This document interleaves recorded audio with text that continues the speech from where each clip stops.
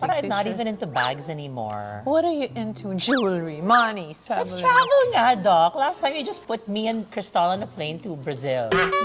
Those were the days when I was so rich. Put you Ah! in crystal. Boom! Ganun na lang tayo. Ganyan. This is... Do you do Pilates, Doc? Oh Higa ka my na. God! Woo! Is that what you do with Hayden? My gosh, that's basic. Kailangan... Oh my God, Doc!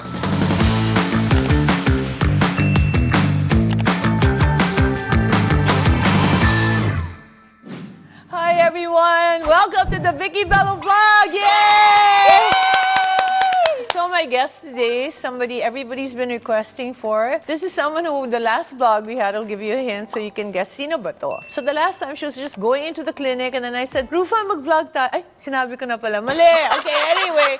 I said, Ruffa, let's vlog. She goes, huh? Why? I said, come on, let's vlog because I need something for the vlog. So we walked and guess what? It's one of the top 5 vlogs of the Vicki Belo vlog. So Ruffa, thank you so much. Yay! Not only that, she's also in the top 3 highest grossing movies in the Philippines. You made in Malacanang, which you were taping there, no? Yes. Did you expect to be so? Wait, I want to say hi to everyone. Hello, Oh, yeah, she's very polite. And of course, hello to all of the Belo fanatics.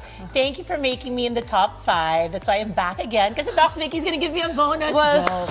Alam mo ba, actually the reason you're back is marami sumulat na medyo masyado raw akong mabait na interviewed you. Why? Are you mataro I when you didn't. interview? Hindi, kasi hindi ko raw tinanong yung mga questions na dapat kong tanungin. You asked me a lot, yes, Doc, I know, You even but- made me walk. I don't walk.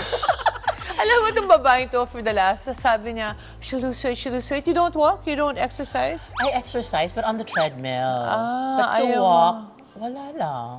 So because of you, I walk. And That's how much I you think love kasi me. everyone loves it when it's casual, di ba? We didn't really plan it. Right. We just, sabi mo, Ruffa, di ka na, ha? And now, Doc, what are we gonna talk about? O, bahala na. Kumain pa kami ng cake and everything. Na hindi ka kumain? Uy, diet. Hindi, diet. But thank you sa lahat ng mga nagte-text sa akin and sa lahat ng mga nakapanood ng vlog ni Doc Vicky. Soon Yes. magkakaroon na rin ako ng vlog. Mag-vlog na raw siya, so ako naman mag-guess sana. Pero no, Yes. pagod na ako mag-talk. I like being the host pala. Kasi you can talk. But I have so many questions to ask you, Doc. When you have a vlog, you ask me. So since then, nag-graduate na po si Ruffa. Yes. She's now a college graduate. What is your course?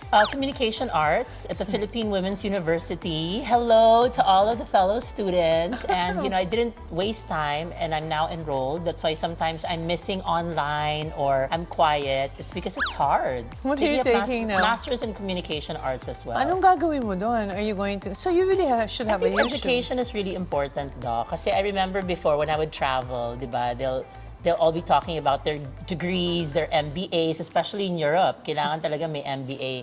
Tapos ako parang, oh hi, I'm a high school graduate, but I make money. I've been working since I was 13. Yung parang piniflex ko talaga, defensive, di ba? Pero 13 years old pa lang, nagtatrabaho na ako. So nandun yung yung parang hindi ako nakatapos, pero may rason ako. It's because I was busy with my career. So I think now that my kids are growing up, I want to flex also and make sure that Lorene and Venice understand that education is very important. Whether we use it in the future or not, at least hawak nila. And it's something that they can be proud of. But your kids, are you an empty nester? Kasi alam ko, Lorraine studies in the States and a napakamahal na school. I know. That's why, Kaya Doc, kailangan you niya have to mag-guest help dito me. para bigyan ko siya ng... Thank you so much, Doc, for helping me support Anong my tawag kids. dyan? Ang She is mahal. still the one supporting her kids. But you Kala know ko what? kasi- Para sa akin, Doc, it's an investment. Malaki talaga yung tuition ni Lorene. She's studying in Pepperdine University. But I think that will all come back one day. You think they'll help you also one Yeah, I day? mean, she already says, Mommy, if I become rich, I'm gonna buy you a house in Switzerland. Bakit Switzerland? O, diba? Bakit nga naman Switzerland? Eh, kasi she knows I've never been there. Oh, so we should bring I'm Ruffa. always waiting for a boy. Talagang a boy, hindi a man. Talagang a man. I'm waiting for someone to bring me Oy, there. ako pinadala na kita sa Brazil. I know. Where else And did you're I not see- even a man. I'm You're not a woman. man. Oo nga, See? kaya it doesn't count as much. So, know. do you like the song of Miley Cyrus? I can buy myself flowers. Yeah. So, Hindi, did you para buy sa akin yourself kasi- flowers? No, someone gave me flowers. Ay, But, sino? Okay. Importante pa rin that you're able to buy your own flowers. Diba? Like you, Doc. I mean, you're an inspiration because you built the whole Belo empire, No. and you're a woman. That's me. Do we really need men in our also, lives? okay, since you opened the topic, hindi ako nag-open. What? So they're all asking about your love life kasi hindi natin tinouch at Hindi ba natin all. tinouch? Hindi, Tinouch kasi natin nahiya na. ako sa'yo. So ngayon, tatanungin na kita, how is your love life and who gave you flowers for Valentine? Well, Bigla kailangan akong umakyat ka sa tumahimik, no? top 1, hindi top 5 lang. Go! Hindi, alam mo, pwede akong maging top 1. Gagayahin ko si yung isang endorser mo na car wash. Nagbasa-basa, diba? Pero kailangan tanggalin ko muna Ivana, yung is that tabako. you? Ay! So, to begin with, kung Uy, boobs ang big pa na- boobs, ha?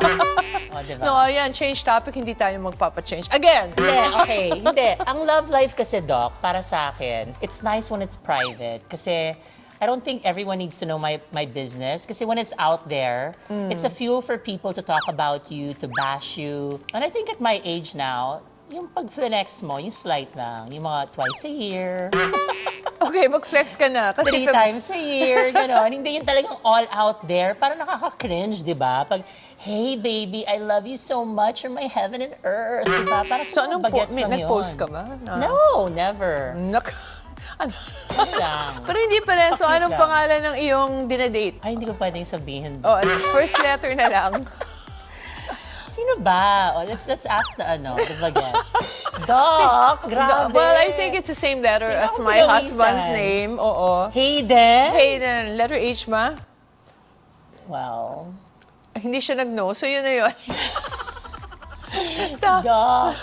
Hindi, okay, honestly, I just think na a private life is good and it's a quiet life because like I said, this day and age with social media, ang daming nakikialam, ang daming bashers, ang daming nagmamarunong. So, it's nice to keep some things to yourself Private. so it can grow. Kasi if it's out there for everybody to feast on, baka hindi na mag-grow yung relationship. Pero to be fair, parang masyado kayong busy, hindi masyadong nag-grow. I mean, slow but sure to, di ba? I read an article that I was telling you about that, Oh. it takes time for you to really get to know someone. Kaya hindi ako naniniwala sa mga whirlwind romances or mga just getting married for the sake of that chemical love that you feel in the beginning. Now, there's much at stake because I have 2 young daughters. One is 18, one is 19. So I really have to be careful with my actions because I inspire them. They look up to me as a mom. And for me, I want to show them the right path. I may have made mistakes in the past. And sometimes people keep bringing it up. Yung, take it, take it, take it. Hello, ano ba yan? 1990, kopong-kopong pa yan.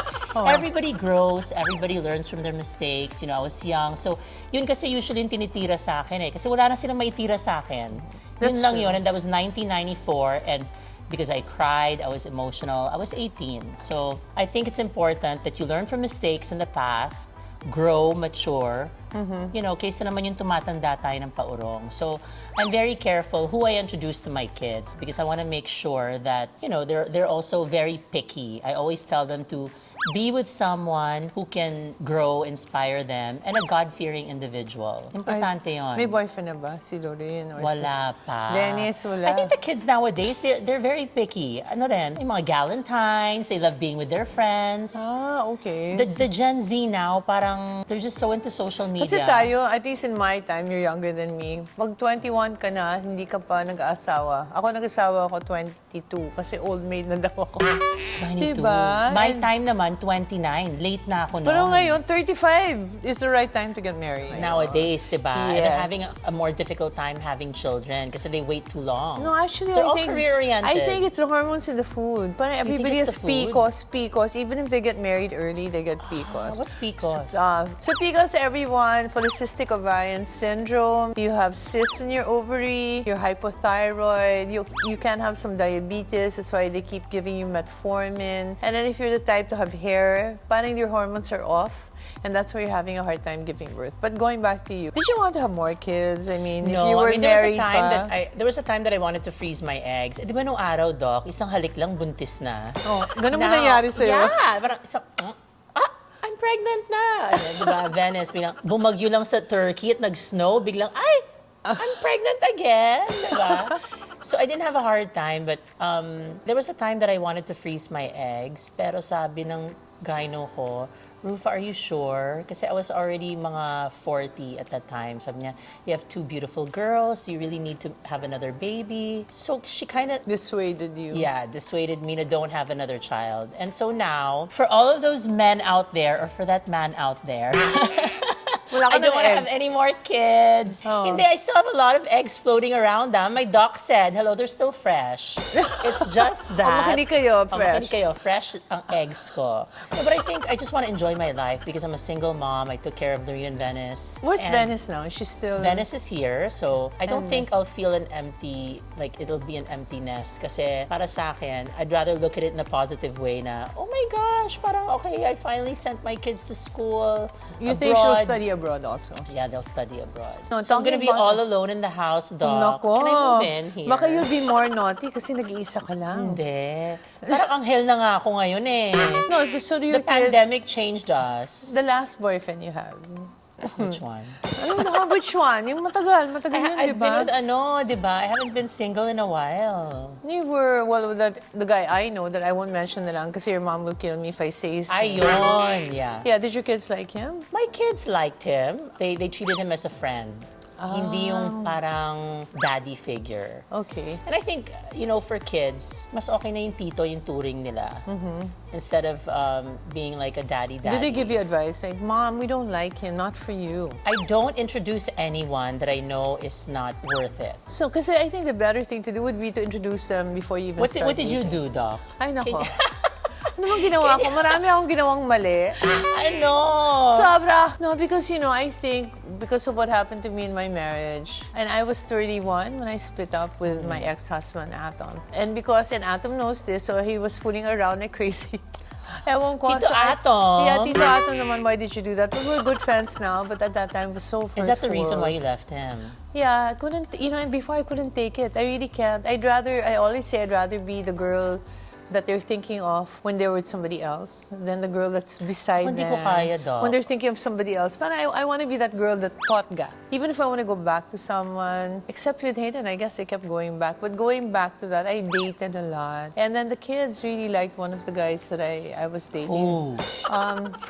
He knows his name. His name begins with the letter J. J. They really thought of him as a dad. It gets very messy because after that relationship ended, they really wanted him pa rin. So whoever I'll I ask nga dated, Crystal, who's and then this J? whoever I dated after, hindi na pwede. And of course, it really freaked them out when I dated somebody younger. I even asked permission from Quark, and he's so angry with me kasi tinanong ko si Quark, darling, your dad dates so many young girls, right? Alam mo naman tayo, pag nag-ask, medyo you have to, kailangan bago ka mag-ask, mag-lay ka muna ng situation. So yes, daddy's dating younger women. I said, can I date younger men? I'm sure he said, how young? And then, no, he didn't. He said, sure, mommy. And then I said, how young? Which when I let go of those words, Di I naman wanted to 18. make it bawi. Sabi niya, as long as he's older than me.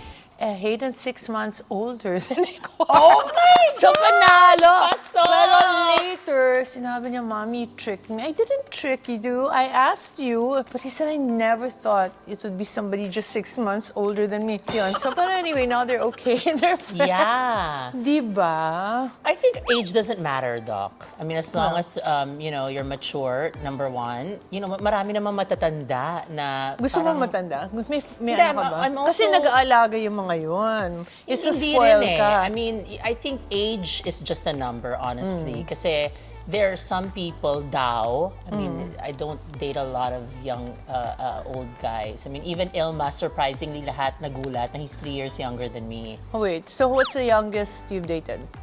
The ex. Yeah. Matagal, kasing tagal ni Ilmas. Guys, I'm a long-termer. I don't change boyfriends like clothes. So, 7 years kami ni Ilmas, 7 years din kami ng French boyfriend ko.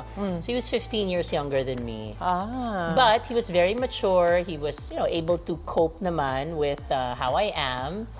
But like I said, age is not a number. And for me, Wait, betrayal. Hindi ko kaya pag may betrayal. Yung sinasabi mo, Hala. guys cheating. I'd rather you leave them na and just do your own thing, diba? Ba't kailangan mag-cheat? Kaya kailangan na talaga ng divorce sa Pilipinas. Oo nga, ba't kayo ayaw nyo? Kasi ganun rin naman nangyayari, fake lang. Okay, talking about betrayal, Ruffa, I have to ask you this. Kasi I have to be a better interviewer. So I know that your ex is dating one of your best friends. And I know that girl, and she's really somebody very close to you, that you're such a wonderful friend, by the way. So how does that feel? Well, in the beginning, syempre galit ka kasi kaibigan mo, di ba? Did you wonder, may nangyayari ba habang kami? Or you think talagang nag-end muna kayo? No, I left kasi the person. I left him because I didn't see a future with him. So it's very clear na wala naman siya naging kasalanan sa akin. It's just that I wasn't growing anymore. After 7 years, diba, it's a time for you to think, now where is this relationship going? Is it still inspiring me to be the best person that I can be? I just didn't know, sasaluhin siya nung isa sa mga close friends ko. Alam ko naman makikipag-date siya eh, diba? Alam ko naman yon dahil pinakawalan ko na nga.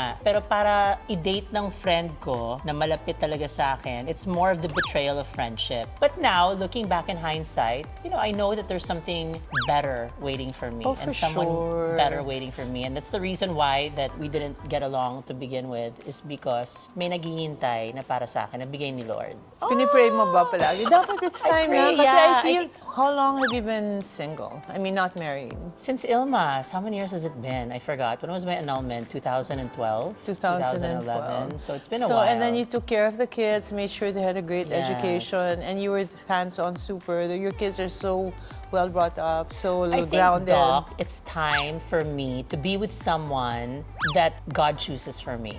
Not to sound super holy, but I think yun ang totoo. Kasi it's we true. always choose ones that we like, that we desire. This time, I just want to say, God, ikaw na bahala sa akin. I want to leave all my worries, all my pains up to you, and kayo na magbigay ng tamang tao para sa akin. And I think that's the best. That's a perfect attitude, Diba? diba? He can always, I remember kasi, pag ako naman, Pag ikaw naman I nililigaw. ask for guidance from God with everything. Parang yung love life ko, parang gusto ko ako. And ang dami kong Kasi mistakes. matigas ang ulo natin. Oo nga eh, bakit Mahilig ba? tayo sa ano ba? Mahilig tayo sa gwapong may abs?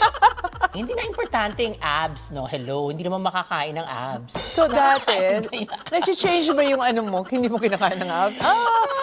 Nag-change na ba yung taste mo? Has it evolved? as you- yeah, When you were as you younger, mature. gwapo, importante, mayaman, I mean, syempre whatever. physical, that's the first thing that you see. But para sa akin, importante that you have the same values, you're God-fearing, He protects you, you feel safe with them, He inspires you to be a better person. And I think the person that I'm dating right now inspires me to be a better person. How does he do that? Well, I've said it before, I'll say it again, you know, hindi ako nakapagtapos ng college kundi dahil sa kanya.